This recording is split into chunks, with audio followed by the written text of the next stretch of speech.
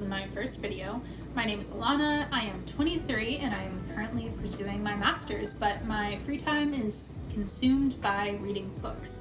I love talking about books and always finding new books to read, so that's why I decided to start this channel.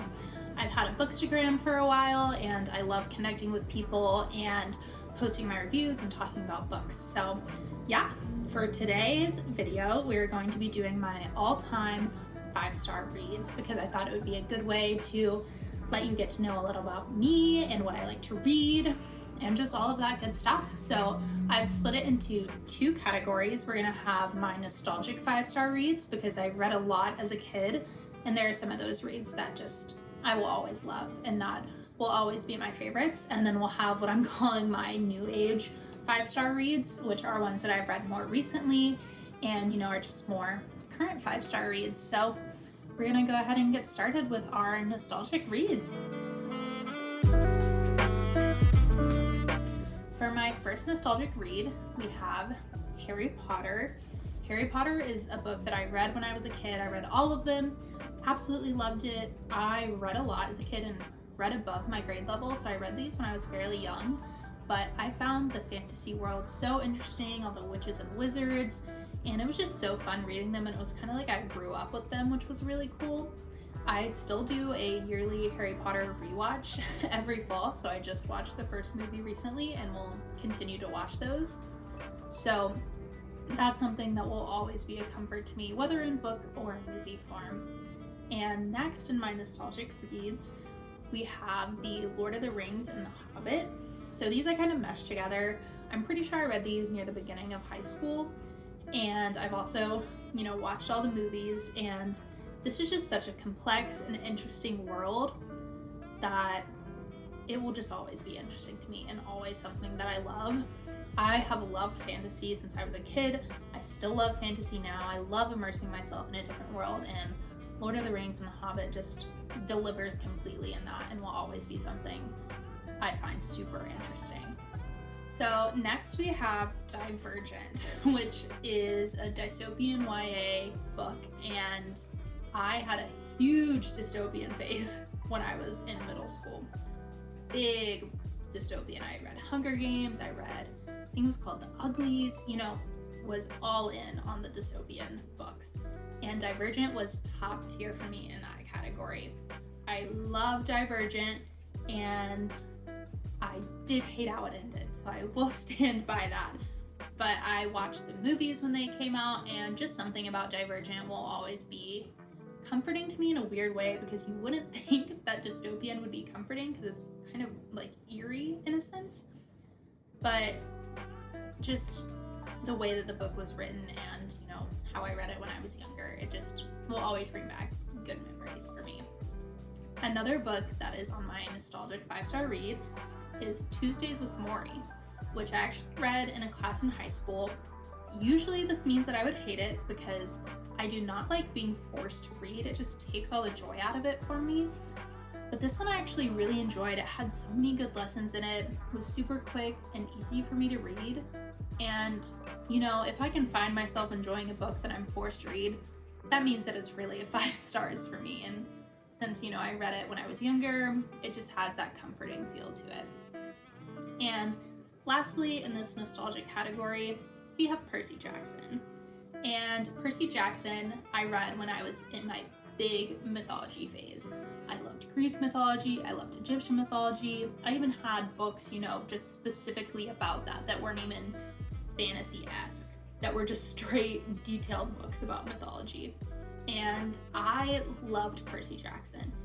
They were the same age as me when I read it, and it was similar to Harry Potter, like I was growing up with these characters, and it was, at the time it felt like something that could actually happen or actually be real. And so I just loved that little bit of escapism. And I still love mythology to this day, as you'll see later. But, it will just always hold a special place in my heart. I've read all the other spin-offs and all the other series, but Percy Jackson, was that starting point for me. And I cannot wait for the new series to come out because it looks like it will be so good and hopefully really accurate, which I think my heart will be really happy to see. So those are all of my nostalgic 5-star reads. And now we're gonna move on to my new age reads. So, like a lot of people I've talked to on bookstagram and just friends, I loved reading in elementary and middle school and like beginning of high school. It was my main thing to do. I wanted all the AR points and, you know, all the scholastic book fairs I went to. It was the thing for me. But as I got older and, you know, took on senior year and started college, so many other things were going on that I kind of lost touch with that part of myself and really forgot how much I enjoyed reading. That was until I studied abroad about 2 years ago in the summer, and we were taking all these train rides going from place to place, and I needed something to occupy my time because I didn't just want to scroll on my phone. So I picked up A Court of Thorns and Roses at a bookstore. And this was the catalyst for me to kind of restart or revamp my reading journey. Since then, I've been reading all the time, have been loving finding new books and just delving even deeper into, you know, the reading world, I guess.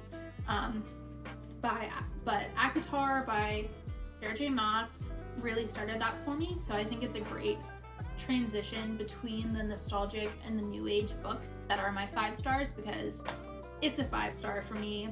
It's a comfort read in its own way, and you know, it's also something that started this new reading journey for me. So it will always be a little 5 stars for me for that reason.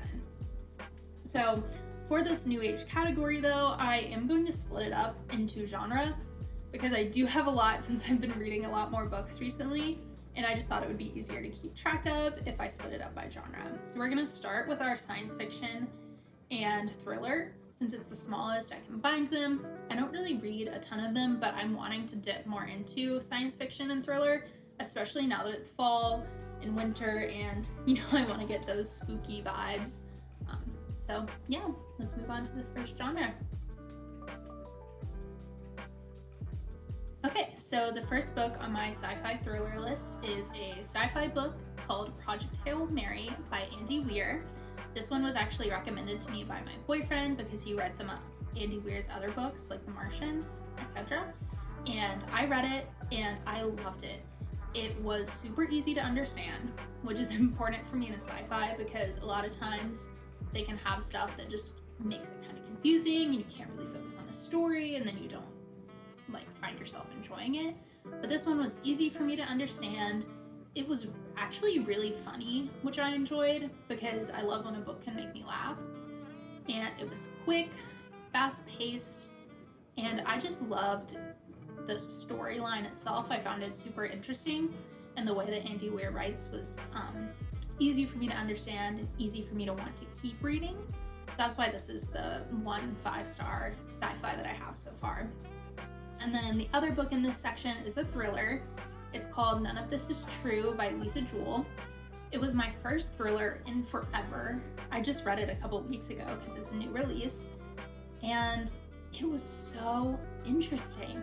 Usually when I read a thriller, my mind just keeps going on all the things about like what happened, what's gonna happen, what's the plot twist, which honestly I can find distracting and really takes away from the story. But this one, I was just drawn in and I didn't have any other thoughts because it was so creepy and so like haunting in the right way. By the end, I was shook. I thought the ending was super interesting, and I like the next day couldn't stop talking about it. I just was still reeling from what had happened. And so this one was definitely a 5-star for me. And you know, it made me hopeful for other thrillers that I'm gonna read during the fall time. I really liked that it was spooky but wasn't too scary because I can't do super scary things. Unfortunately, I will go crazy. But yeah, I really enjoyed this one, and if you haven't checked out this new release yet, you definitely should because it took that top tier for me. Next, we're gonna move on to the romance genre. So I love a good romance book, but typically don't have as many 5 stars in here because I love the tension that a romantasy book provides. And you know, a lot of times with a classic romance books or contemporary romance book, they can't really like give that feel. But when a romance book is done right, it hits and it is amazing. So these are some of the ones that were just so well done to me. And first on that list is going to be Love and Other Words by Christina Lauren. This is a second chance romance, which I found I typically don't like, but something about this one was just done really well for me. And it intertwines, books and a past present telling in the chapters, which at first I thought it would be difficult to keep track of, but it was just a really interesting way of telling the story and kept me intrigued, with both timelines of what was going on, and it revealed little by little as the story went on. And I just loved these characters together and their chemistry. And I just really, really liked this book. The writing was super easy to read and it just kept me intrigued the whole time. So it will always be a 5-star for me. Something about it just has that comfort read 5-star feel for me. Next on the romance list for me is going to be Song of Achilles by Madeline Miller. So like I said, still sort of in my mythology phase, not gonna lie, it's just something I'll always find super interesting. And Song of Achilles was so well done. I love the way that Greek mythology stories are being retold, and it's still in the core of itself the same story, but more contemporary or just has more nuance to it. And I love what Madeline Miller did with the story. It was super interesting, made me cry, kept me on the edge of my seat for, even though I knew what was going to happen, I knew the story of Achilles and Patroclus, I still wanted to read it and get to the end, and I still cried. So that's how you know that an author does their job well. So this book was definitely a 5 stars for me, and I absolutely loved it. Next up on the list, we have Better Than the Movies by Lynn Painter, which is a YA romance, and it's just super cute and super fun to read. I typically don't gravitate towards YA romance. I don't know, I'm not typically drawn to it, but I'd been seeing this one everywhere and really wanted to read it, and I absolutely adored it. These characters were super interesting. There was great banter and great chemistry, and I just loved the way that Lynn Painter wrote their story and had so many different nuances in it. I loved the addition of all the romance movies, and I even went and watched some of them after, which was great. Highly recommend. But yeah, if you haven't read this one and you're a fan of YA romances or want to give something new a try, you definitely should. It's super cute. So next on the list is Book Lovers by Emily Henry. So I know a lot of people can go either way on this one, but I absolutely adored it.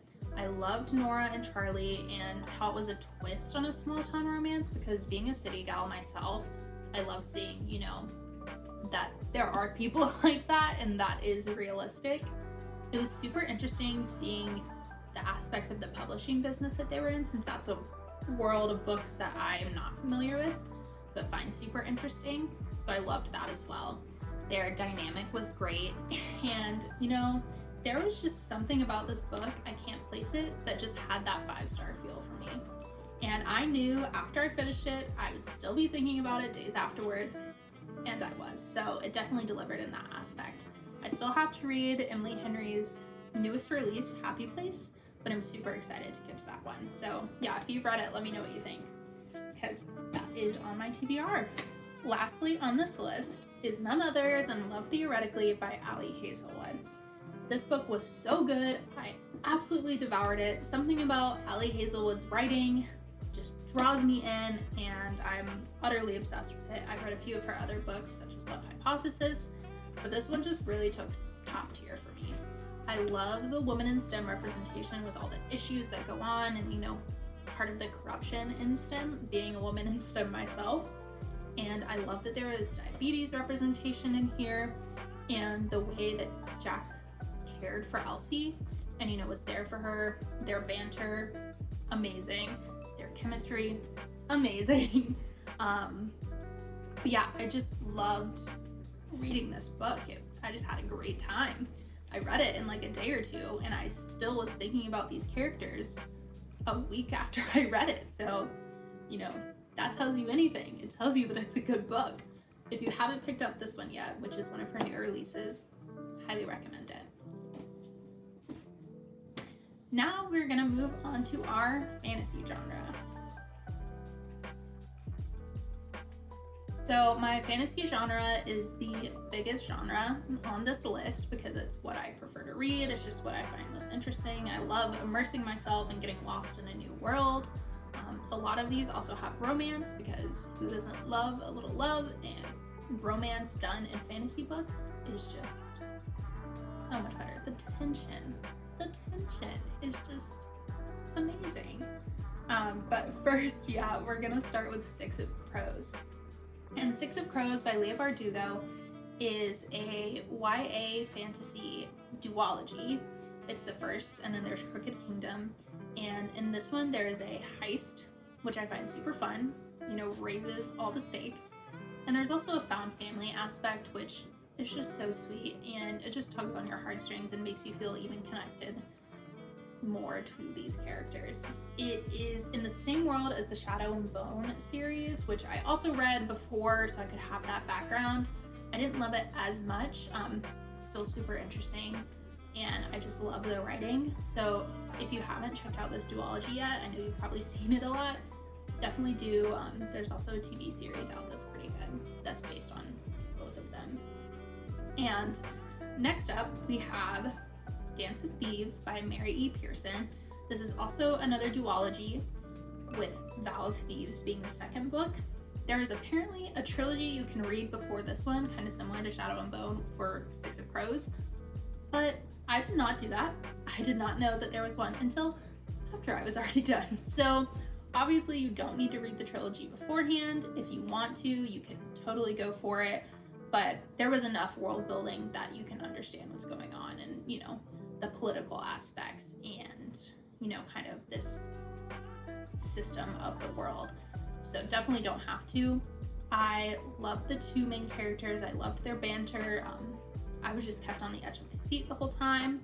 So I definitely recommend checking this one out. The books themselves are also super pretty. I love the covers. Now we're moving on to two different series by the same author, which is Carissa Broadbent. I found her books recently. I saw them somewhere and I fell in love with her writing. I read Daughter of No Worlds trilogy first, which I think is technically called the Word Lost Hearts trilogy, and Daughter of No Worlds is the first book. I read that trilogy first, loved the way she wrote. I loved the world building, I loved the characters, the tension between the characters, their banter. It was a mentor-mentee relationship and how they grew and learned with one another. And just the world itself was super interesting, super complex. There was a lot of political aspects going on, which I honestly really love in a book. If you don't, definitely give it a try. It's not super hard to understand. And it just, the more I learned about the world as I got through the trilogy, the more intrigued I was, and the more I kept wondering and asking and learning, and it was just really interesting. And I just loved this trilogy, specifically the first book as well. And so if you like Carissa Broadbent's writing, either from the next book that I'm going to talk about, which is The Serpent and the Wings of the Night, or any of her other books, definitely check out Daughter of No Worlds, because I don't see it as much, but it's a really good trilogy of hers. And then segueing into Serpent and the Wings of the Night, this one I know was really popular, and I read it after I read Daughter of No Worlds, and it was so good. Like I said, I love Carissa Broadbent's writing. Something about it is just so easy and nice to read, if that makes sense. And Serpent and the Wings of the Night has trials, which I love trials. I love competitions, heists, anything that raise those stakes and keep me on the edge of my seat. 100% love in a book. And so that first off was super interesting to me. This book also had vampires, which I wasn't that sure about because I haven't read many books with vampires.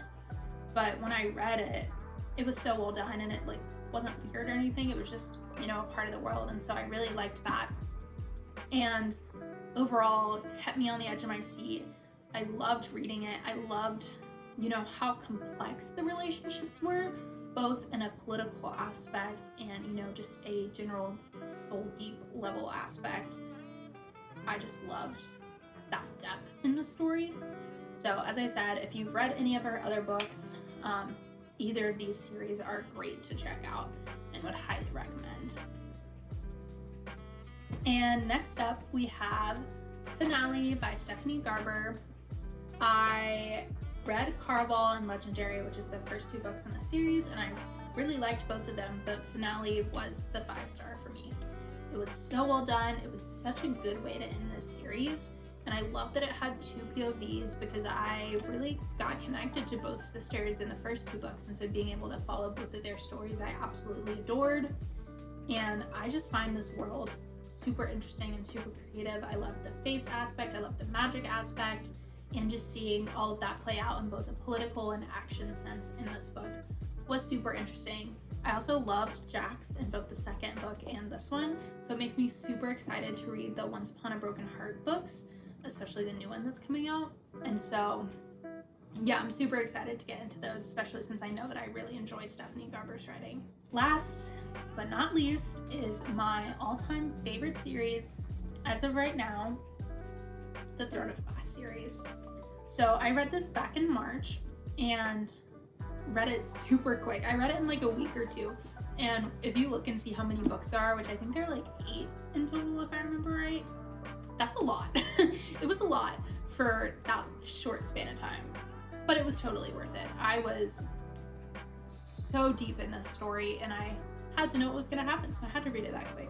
I'm actually going back and rereading them right now and annotating, as you can see. I've already read this one again, and I've loved being back in this world. I just got so connected to these characters and their story that I was crying, I was laughing, like I was feeling so many emotions reading this series, and I still am while rereading it. So it's definitely good, definitely amazing. And it is a really well done fantasy for me. I love the world building, the magic system is super cool, and you know, just all the different political aspects of it, as well as action and war, and the relationships that are built on different levels, both friendship and, you know, in a love sense, are super interesting and have so much depth that if you haven't checked this series out, I would definitely recommend it. It is top tier for me, and so far, I don't know what will top it. It just has made me feel like no other book has made me feel. So yeah, that is it for this video. Thank you so much for watching if you stayed the whole way through. I hope this gave you a little bit of insight to the type of books I love, and I hope you can relate to some. If you've read any of these or have any thoughts, leave a comment. Like always, don't forget to subscribe, like, and comment. Mwah.